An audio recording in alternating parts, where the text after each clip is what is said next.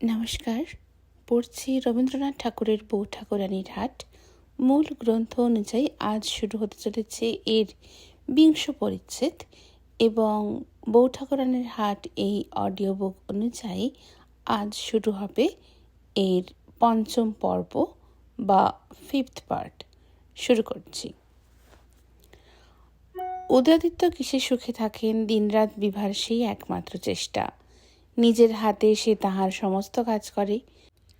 সে নিজে তাহার খাবার আনিয়া দেয়, আহারের সময় সম্মুখে বসিয়া থাকে, সামান্য বিষয় ত্রুটি হইতে দেয় না। যখন সন্ধ্যার সময় উদয়াদিত্য তাহার ঘরে আসিয়া বসেন, দুই হাতে চক্ষু আচ্ছাদন করিয়া চুপ করিয়া বসিয়া থাকেন, বুঝি চোখ দিয়া জল পড়িতে থাকে, তখন বিভা আস্তে আস্তে তাহার পায়ের কাছে আসিয়া বসে। কথা উত্থাপন করিতে চেষ্টা করে, কিন্তু কিছুই কথা জোগায় না। দুইজনই স্তব্ধ, কাহারও মুখে কোনো কথা নাই। মলিন দ্বীপের আলো মাঝে মাঝে কাঁপিয়া কাঁপিয়া উঠিতেছে, সেই সঙ্গে দেওয়ালের উপরে একটি আঁধারের ছায়া কাঁপিতেছে। বিভা অনেকক্ষণ ধরিয়া চুপ করিয়া সেই ছায়ার দিকে চাহিয়া চাহিয়া বুক ফাটিয়া নিঃশ্বাস ফেলিয়া কাঁদিয়া ওঠে। দাদা, সে কোথায় গেল? উদয়াদিত্য চমকিয়া ওঠেন, চক্ষুর আচ্ছাদন অপসারণ করিয়া বিভার মুখের দিকে চাহিয়া থাকেন, যেন বিভা কি বলিল ভালো বুঝিতে পারেন নাই, যেন তাহাই বুঝিতে চেষ্টা করিতেছেন। সহসা চৈতন্য হয়, তাড়াতাড়ি চোখের জল মুছিয়া বিভার কাছে আসিয়া বলেন, আয় বিভা, আয়, একটা গল্প বলি শোন। বর্ষার দিন, খুব মেঘ করিয়াছে, সমস্ত দিন ঝুপ ঝুপ করিয়া বৃষ্টি হইতেছে, দিনটা আঁধার করিয়া রহিয়াছে। বাগানের গাছপালাগুলা স্থিরভাবে দাঁড়াইয়া ভিজিতেছে, এক একবার বাতাস দিতেছে ও ঘরের মধ্যে বৃষ্টির ছাঁট আসিতেছে। উদয়াদিত্য চুপ করিয়া বসিয়াছেন, আকাশে মেঘ ডাকিতেছে, দিগন্তে বিদ্যুৎ হানিতেছে, বৃষ্টির অবিশ্রান্ত শব্দ কেবল যেন বলিতেছে, সুরমা নাই, সে নাই। মাঝে মাঝে আর্দ্র বাতাস হু হু করিয়া আসিয়া যেন বলিয়া যায়, সুরমা কোথায়? বিভা ধীরে ধীরে উদয়াদিত্যের কাছে আসিয়া কহে, দাদা। দাদা আর উত্তর দিতে পারেন না। বিভাকে দেখিয়াই তিনি মুখ ঢাকিয়া বাতায়নের উপরে মাথা রাখিয়া পড়েন। মাথার উপরে বৃষ্টি পড়িতে থাকে। এমনি করিয়া দিন চলিয়া যায়, সন্ধ্যা হইয়া আসে, রাত্রি হইতে থাকে। বিভা উদয়াদিত্যের আহারের আয়োজন করিয়া আবার আসিয়া বলে, দাদা, খাবার আসিয়াছে, খাও এসে। উদয়াদিত্য কোনো উত্তর করেন না। রাত্রি অধিক হইতে লাগিল। বিভা কাঁদিয়া কহে, দাদা উঠো, রাত হইল। উদয়াদিত্য মুখ তুলিয়া দেখেন বিভা কাঁদিতেছে। তাড়াতাড়ি উঠিয়া বিভার চোখ মুছাইয়া খাইতে চান, ভালো করিয়া খান না। বিভা তাই দেখিয়া নিঃশ্বাস ফেলিয়া শুইতে যায়, সে আর আহার স্পর্শ করে না। বিভা কথা কহিতে, গল্প করিতে চেষ্টা করে, কিন্তু বিভা যে অধিক কথা কহিতে পারে না। উদয়াদিত্যকে কি করিয়া যে সুখে রাখিবে সে ভাবিয়া পায় না। সে কেবল ভাবে, আহা, যদি দাদা মহাশয় থাকিতেন। আজকাল উদয়াদিত্যের কেমন একটা ভয় উপস্থিত হইয়াছে। তিনি প্রতাপাদিত্যকে অত্যন্ত ভয় করেন, আর সে পূর্বেকার সাহস নাই। বিপদকে তৃণজ্ঞান করিয়া অত্যাচারের বিরুদ্ধে প্রাণপণ করিতে এখন আর পারেন না। সকল কাজেই ইতস্তত করেন, সকল বিষয় সংশয় উপস্থিত হয়। একদিন উদয়াদিত্য শুনিলেন ছাপড়ার জমিদারের কাছারিতে রাত্রি যোগে লাঠিয়াল পাঠাইয়া কাছারি লুট করিবার ও কাছারিতে আগুন লাগাইয়া দিবার আদেশ হইয়াছে। উদয়াদিত্য তৎক্ষণাৎ তাহার অশ্ব প্রস্তুত করিতে কহিয়া অন্তঃপুরে গেলেন। শয়নগৃহে প্রবেশ করিয়া চারিদিকে দেখিলেন, কি ভাবিতে লাগিলেন। ভাবিতে ভাবিতে অন্যমনস্ক হইয়া বেশ পরিবর্তন করিতে লাগিলেন। বাহিরে আসিলেন। ভৃত্য আসিয়া কহিল, যুবরাজ, অশ্ব প্রস্তুত হইয়াছে, কোথায় যাইতে হইবে? যুবরাজ কিছুক্ষণ অন্যমনস্ক হইয়া ভৃত্যের মুখের দিকে চাহিয়া রহিলেন ও অবশেষে কহিলেন, কোথাও না, তুমি অশ্ব লইয়া যাও। একদিন এক ক্রন্দনের শব্দ শুনিতে পাইয়া উদয়াদিত্য বাহির হইয়া আসিলেন। দেখিলেন রাজকর্মচারী এক প্রজাকে বাঁধিয়া মারিতেছে। প্রজা কাঁদিয়া যুবরাজের মুখের দিকে চাহিয়া কহিল, দোহাই যুবরাজ। যুবরাজ তাহার যন্ত্রণা দেখিতে পারিলেন না। তাড়াতাড়ি ছুটিয়া গৃহের মধ্যে প্রবেশ করিলেন।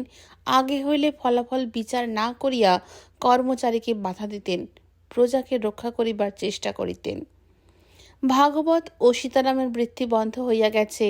তাহাদিগকে প্রকাশ্যে অথবা গোপনে অর্থ সাহায্য করিতে যুবরাজের আর সাহস হয় না। যখনই তাহাদের কষ্টের কথা শোনেন তখনই মনে করেন, আজ আমি টাকা পাঠাইয়া দিব।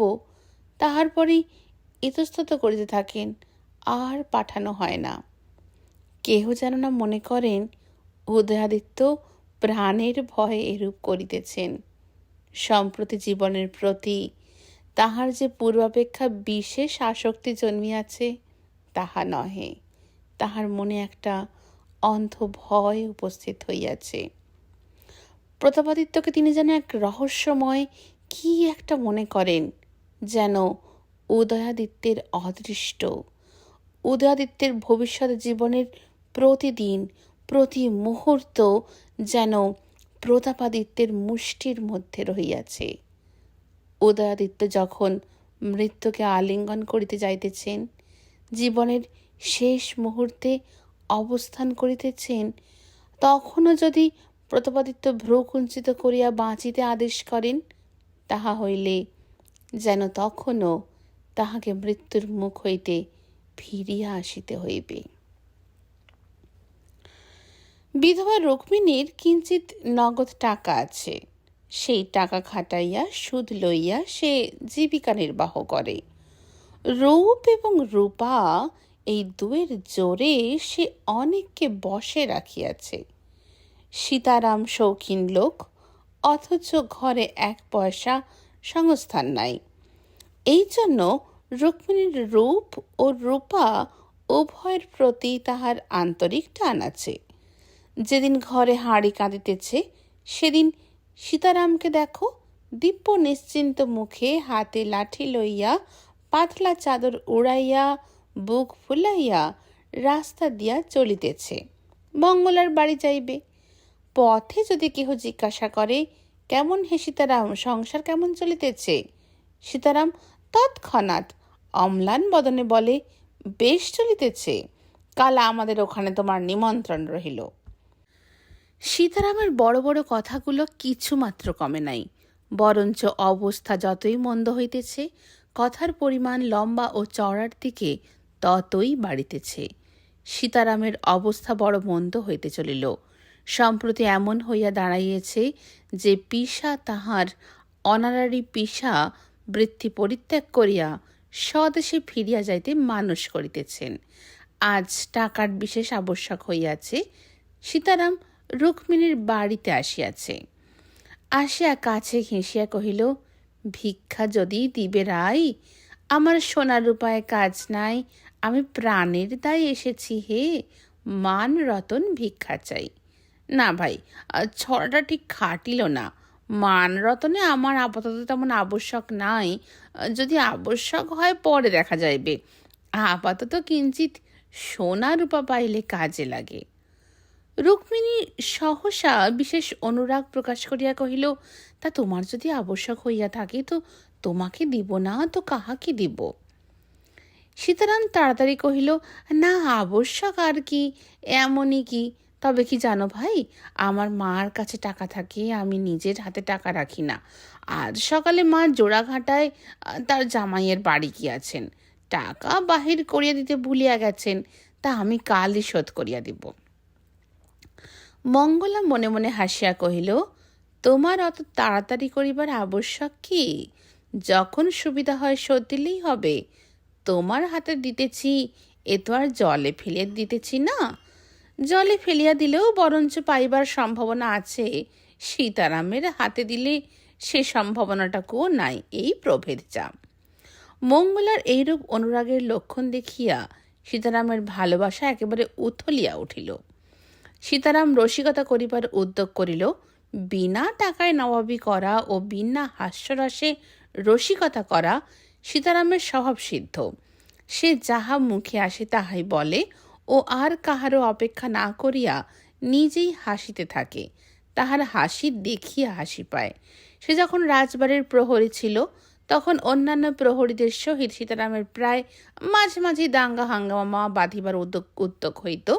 তাহার প্রধান কারণ সীতারাম যখন যাহাকে মজা মনে করিত আর সকলে তাহাকে মজা মনে করিত না।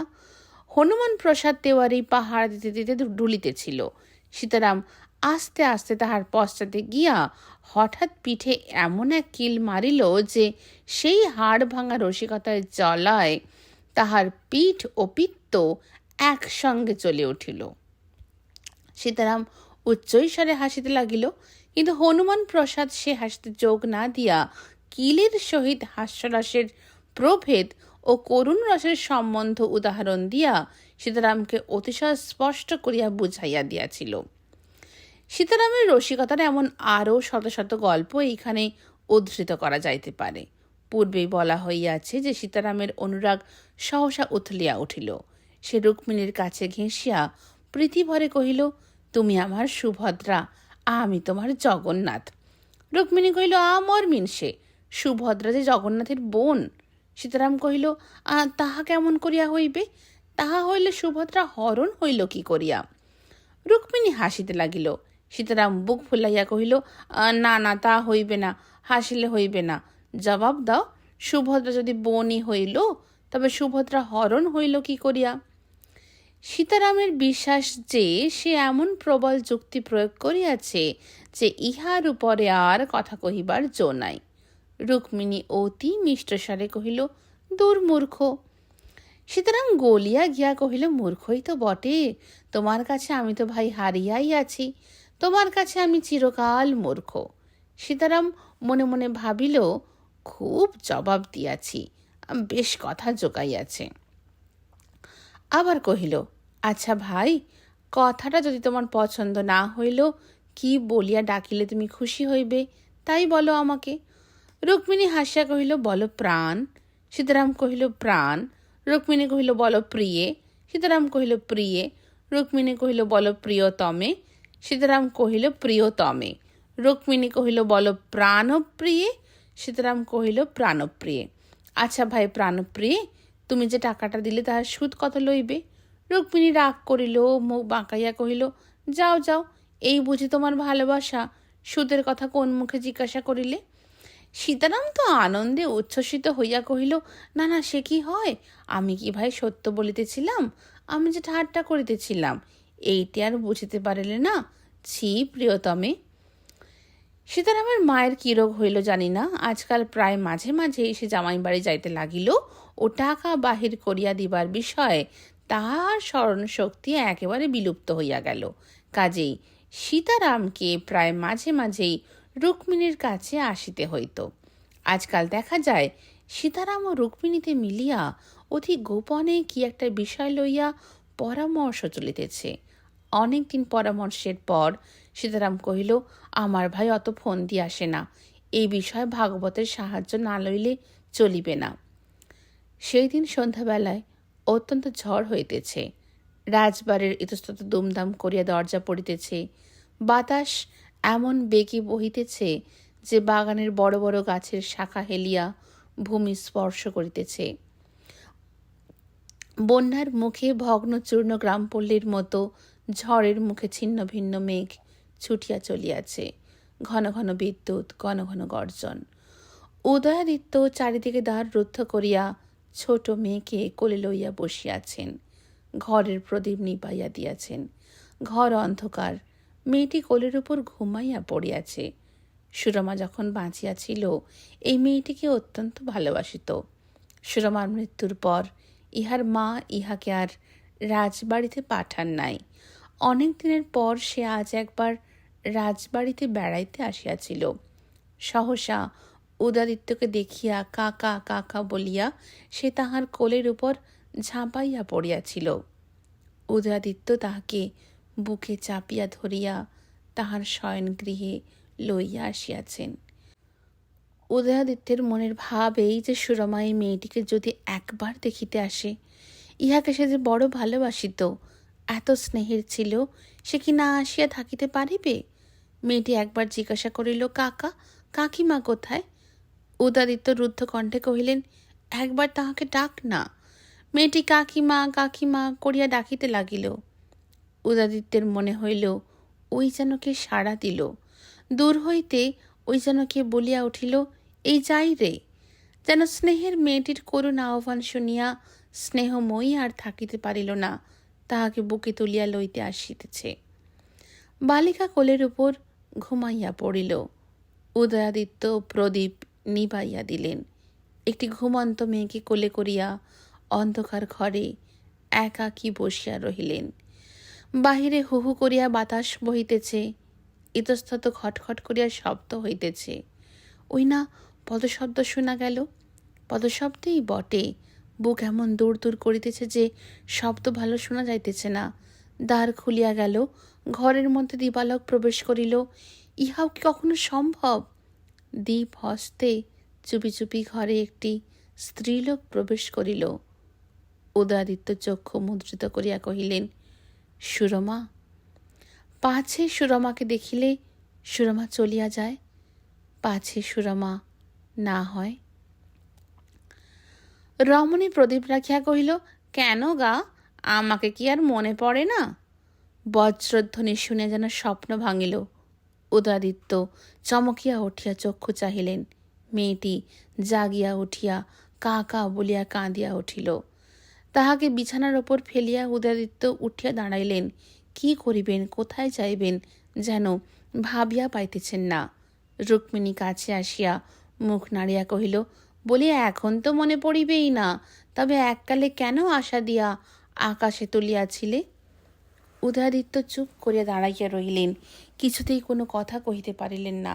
তখন রুক্মিণী তাহার ব্রহ্মাস্ত্র বাহির করিল, কাঁদিয়া কহিল, আমি তোমার কি দোষ করিয়াছি যাহাতে তোমার চক্ষুশূল হইলাম? তুমিই তো আমার সর্বনাশ করিয়াছ। যে রমণী যুবরাজকে একদিন দেহপ্রাণ বিকাইছে, সে আজ ভিখারিনীর মতন পথে পথে বেড়াইতেছে। এ পোড়া কপালে বিধাতা কি এই লিখিয়াছিল? এইবার উদয়াদিত্যের প্রাণে গিয়া আঘাত লাগিল। সহসা তাহার মনে হইল, আমি বুঝি ইহার সর্বনাশ করিয়াছি। অতীতের কথা ভুলিয়া গেলেন যৌবনের প্রমত্ত অবস্থায় রুক্মিণী কি করিয়া পদে পদে তাহাকে প্রলোভন দেখাইয়াছে। প্রতিদিন তাহার পথের সম্মুখে জাল পাতিয়া বসিয়াছিল। আবর্তের মতন তাহাকে তাহার দুই মোহময় বাহু দিয়া বেষ্টন করিয়া ঘুরাইয়া মুহূর্তের মধ্যে পাতালের অন্ধকারে নিক্ষেপ করিয়াছিল। সে সমস্তই ভুলিয়া গেলেন। দেখলেন রুক্মিণীর বসন মলিন ছিন্ন। রুক্মিণী কাঁদিতেছে।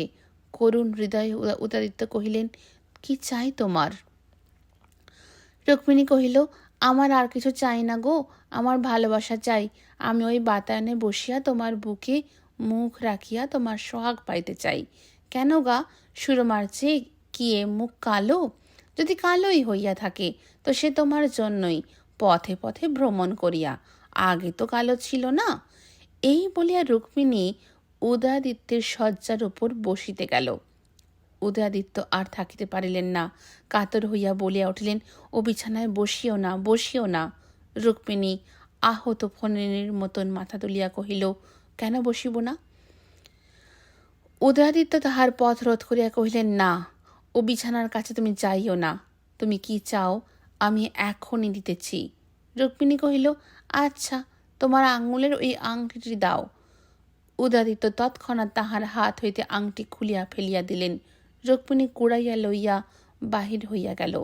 মনে ভাবিল, ডাকিনীর মন্ত্রমোহ এখনো দূর হয় নাই, আরও কিছুদিন যাক, তাহার পর আমার মন্ত্র খাটিবে। রুক্মিণী চলিয়া গেলে উদয়াদিত্য শয্যার উপর আসিয়া পড়িলেন।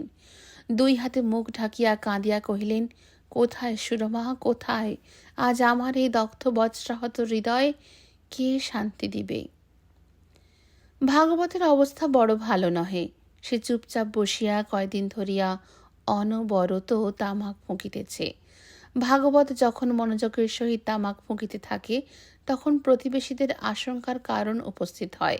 কারণ তাহার মুখ দিয়া কালো কালো ধোঁয়া পাকাইয়া পাকাইয়া উঠিতে থাকে। তাহার মনের মধ্যেও তেমনি একটা কৃষ্ণবর্ণ পাক চক্রের কারখানা চলিতে থাকে। কিন্তু ভাগবত লোকটা বড় ধর্মনিষ্ঠ। সে কাহারও সঙ্গে মিশে না, এই যে তার দোষ। হরিনামের মালা লইয়া থাকে, অধিক কথা কয় না, পরচর্চায় থাকে না। কিন্তু কেহ যখন ঘোরতর বিপদে পড়ে, তখন ভাগবতের মতন পাকা পরামর্শ দিতে আর কেহ পারে না। ভাগবত কখনো ইচ্ছা করিয়া পরের অনিষ্ট করে না, কিন্তু আর কেহ যদি তাহার অনিষ্ট করে, তবে ভাগবত ইহজন্মে তাহা কখনো ভোলে না। তাহার শোধ তুলিয়া তবে সে হুঁকা নামাইয়া রাখে। এক কথায়, সংসারে যাহাকে ভালো বলে, ভাগবত তাহাই। পাড়ার লোকেরাও তাহাকে মান্য করে। দুরবস্থায় ভাগবত ধার করিয়াছিল, কিন্তু ঘটিবাটি বেচিয়া তাহার শোধ করিয়াছে। একদিন সকালে সীতারাম আসিয়া ভাগবতকে জিজ্ঞাসা করিল, দাদা কেমন আছো হে? ভাগবত কহিল, ভালো না। সীতারাম কহিল, কেন বলো দেখি? ভাগবত কিয়ৎক্ষণ তামাক টানিয়া সীতারামের হাতে হুঁকা দিয়া কহিল, বড় টানাটানি পড়িয়াছে। সীতারাম কহিল, বটে, তা কেমন করিয়া হইল? ভাগবত মনে মনে কিঞ্চিত রুষ্ট হইয়া কহিল, কেমন করিয়া হইল? তোমাকেও কি তাহা বলিতে হইবে নাকি? আমি তো জানিতাম আমারও যে দশা তোমারও সেই দশা। সীতারাম কিছু অপ্রস্তুত হইয়া কহিল, না হে, আমি সে কথা কহিতেছি না। আমি বলিতেছি তুমি ধার করো না কেন? ভাগবত কহিল, ধার করিলে তো শুধিতে হইবে। শুধিব কি দিয়া? বিক্রি করিবার ও বাধা দিবার জিনিস বড় অধিকার নাই। সীতারাম সগর্বে কহিল, তোমার কত টাকা ধার চাই, আমি দিব। ভাগবত কহিল, বটে, তা এতই যদি তোমার টাকা হইয়া থাকে, তো এক মোটা জলে ফল ফেলিয়া দিলেও কিছু না আসে যায়, তাহলে আমাকে গোটা 10 দিয়া ফেলো। কিন্তু আগে হইতে বলিয়া রাখিতেছি, আমার শুধিবার শক্তি নাই। সীতারাম কহিল, সেজন্য দাদা তোমাকে ভাবিতে হইবে না। সীতারামের কাছে এইরূপ সাহায্য প্রাপ্তির আশা পাইয়া ভাগবত বন্ধুতার উচ্ছ্বাসে যে নিতান্ত উচ্ছ্বসিত হইয়া উঠিয়াছিল, তাহা নহে। আর এক চিলিম তামাক সাজিয়া চুপ করিয়া বসিয়া টানিতে লাগিল। সীতারাম আস্তে আস্তে কথা পারিল, দাদা, রাজার অন্যায় বিচারে আমাদের তো অন্ন মারা গেল। ভাগবত কহিল, কই, তোমার ভাবে তো তাহা বোধ হইল না। সীতারামের বদান্যতা ভাগবতের বড় সহ্য হয় নাই। মনে মনে কিছু চটিয়াছিল।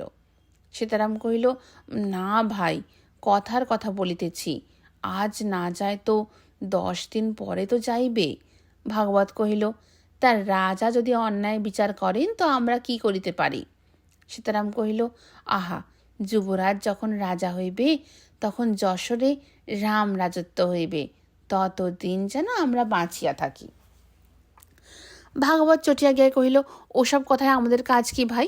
তুমি বড় মানুষ লোক, তুমি নিজের ঘরে বসিয়া রাজা উজির মারো, সে শোভা পায়। আমি গরিব মানুষ, আমার অতটা ভরসা হয় না। সীতারাম কহিল, রাগ করো কেন দাদা? কথাটা মন দিয়া শোনোই না কেন? বলিয়া চুপি চুপি কি সব বলিতে লাগিল।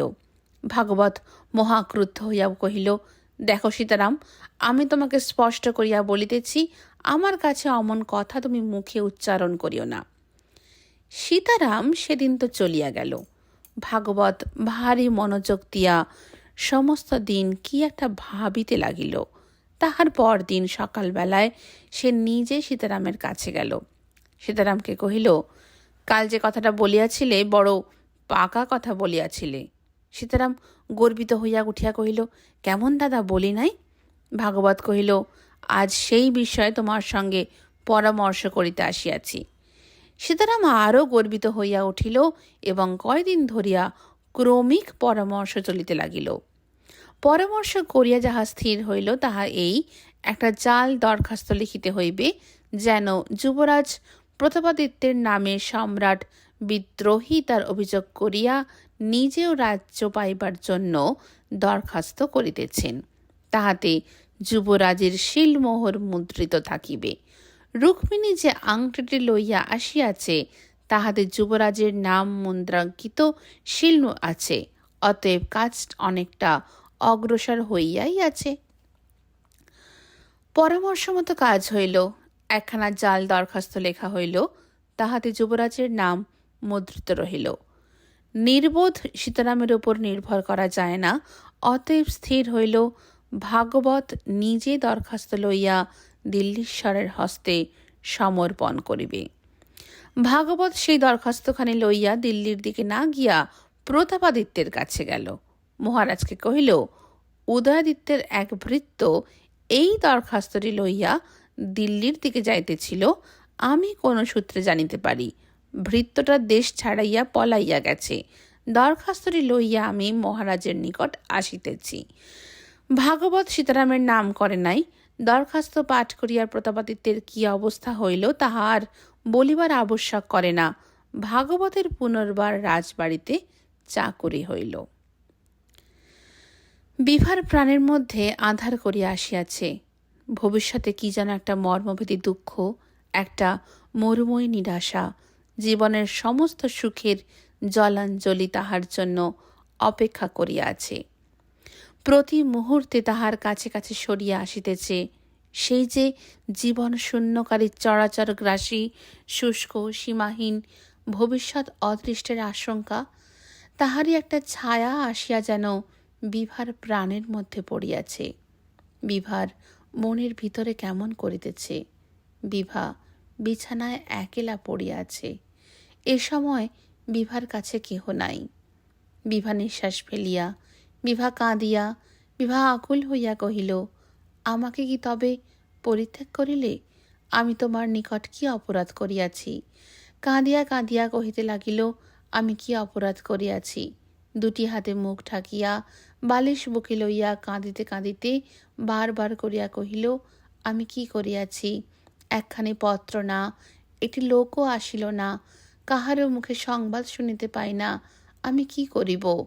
বুক ফাটিয়া ছটফট করিয়া সমস্ত দিন ঘরে ঘরে ঘুরিয়া বেড়াইতেছি, কেহ তোমার সংবাদ বলে না, কাহারও মুখে তোমার নাম শুনিতে পাই না।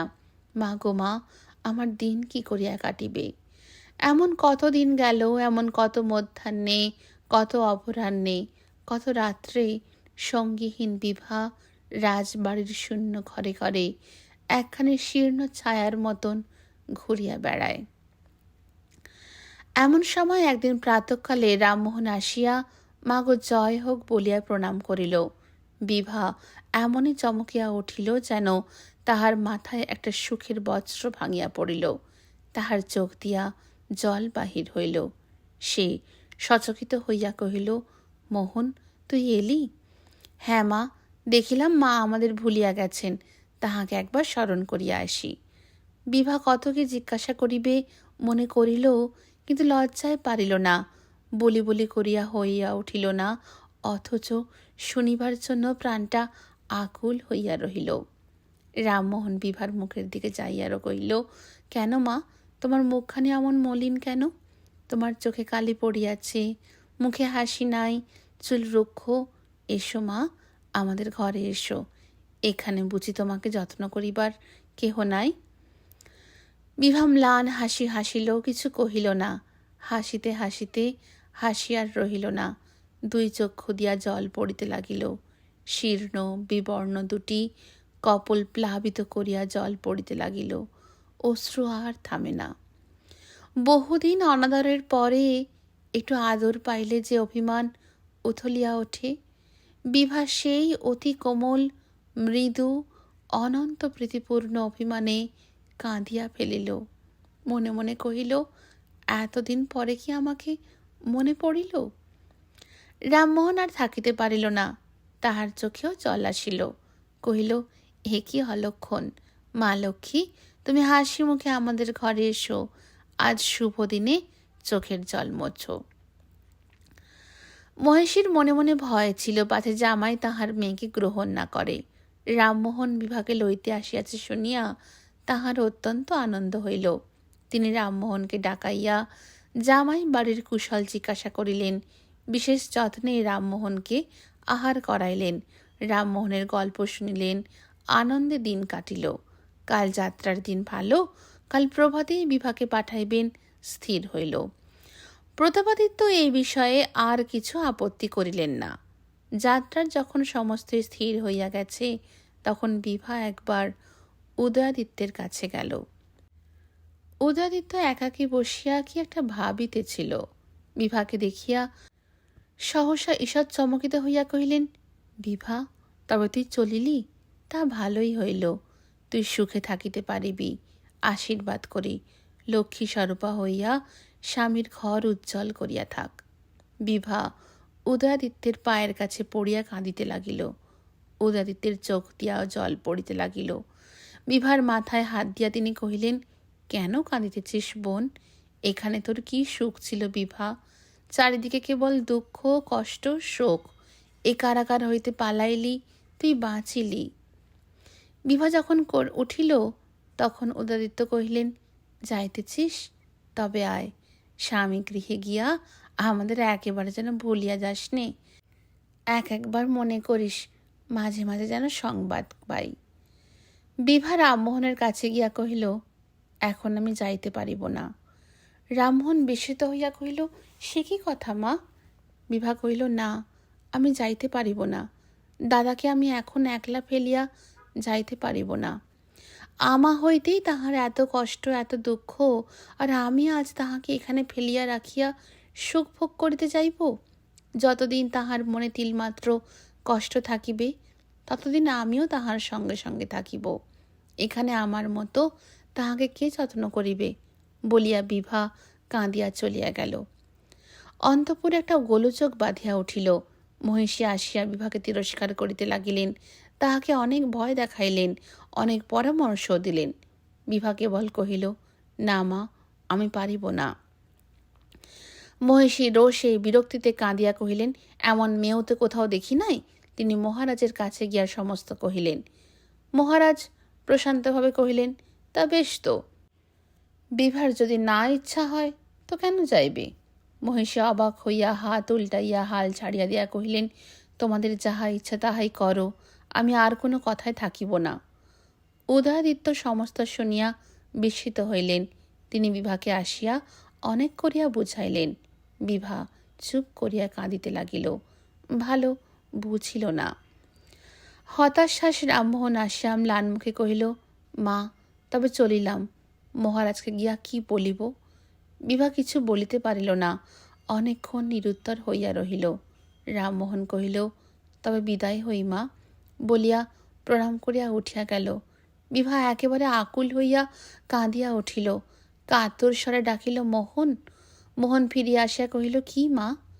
বিভা কহিল, মহারাজকে বলিও আমাকে যেন মার্জনা করেন। তিনি স্বয়ং ডাকিতেছেন, তবু আমি যাইতে পারিলাম না। সে কেবল নিতান্তই আমার দূরদৃষ্ট। রামমোহন শুষ্কভাবে কহিল, যে আজ্ঞা। রামমোহন আবার প্রণাম করিয়া বিদায় হইয়া গেল। বিভা দেখিল রামমোহন বিভার ভাব কিছুই বুঝিতে পারে নাই। তাহার ভারী গোলমাল ঠেকিয়াছে। একে তো বিভার প্রাণ যেখানে যাইতে চায়, বিভা সেখানে যাইতে পারিল না। তাহার উপরে রামমোহন, যাহাকে সে যথার্থ স্নেহ করে, সে আজ রাগ করিয়া চলিয়া গেল। বিভার প্রাণে যাহা হইল তাহা সেই জানে। বিভা রহিল। চোখের জল মুছিয়া প্রাণের মধ্যে পাষাণ ভার বহিয়া সে তাহার দাদার কাছে পড়িয়া রহিল। ম্লান শীর্ণ একখানি ছায়ার মতন সে নীরবে সমস্ত ঘরের কাজ করে। উদয়াদিত্য স্নেহ করিয়া আদর করিয়া কোনো কথা কহিলে যখন চোখ নিচু করিয়া একটুখানি হাসে। সন্ধ্যাবেলায় উদয়াদিত্যের পায়ের কাছে বসিয়া একটু কথা কহিতেও চেষ্টা করে। যখন মহিষী তিরস্কার করিয়া কিছু বলেন, চুপ করিয়া দাঁড়াইয়া শোনে ও অবশেষে একখণ্ড মলিন মেঘের মতো ভাসিয়া চলিয়া যায়। যখন কেহ বিভার চিবুক ধরিয়া বলে, বিভা, তুই এত রোগা হইতেছিস কেন? বিভা কিছু বলে না, কেবল একটু হাসে। এই সময় ভাগবত পূর্বোক্ত জাল দরখাস্তটি লইয়া প্রতাপাদিত্যকে দেখায়। প্রতাপাদিত্য আগুন হইয়া উঠিলেন। পরে অনেক বিবেচনা করিয়া উদয়াদিত্যকে কারারুদ্ধ করিবার আদেশ দিলেন। মন্ত্রী কহিলেন, মহারাজ, যুবরাজ যে এ কাজ করিয়াছেন ইহা কোনো মতেই বিশ্বাস হয় না। যে শোনে সেই জিভ কাটিয়া বলে, ও কথা কানে আনিতে নাই। যুবরাজ এ কাজ করিবেন ইহা বিশ্বাসযোগ্য নহে। প্রতাপাদিত্য কহিলেন, আমারও তো বড় একটা বিশ্বাস হয় না, কিন্তু তাই বলিয়া কারাগারে থাকিতে দোষ কি? সেখানে কোনো প্রকার কষ্ট না দিলেই হলো। কেবল গোপনে কিছু করিতে না পারে তাহার জন্য পাহারা নিযুক্ত থাকিবে। আজ এই পর্যন্ত রইল। নমস্কার।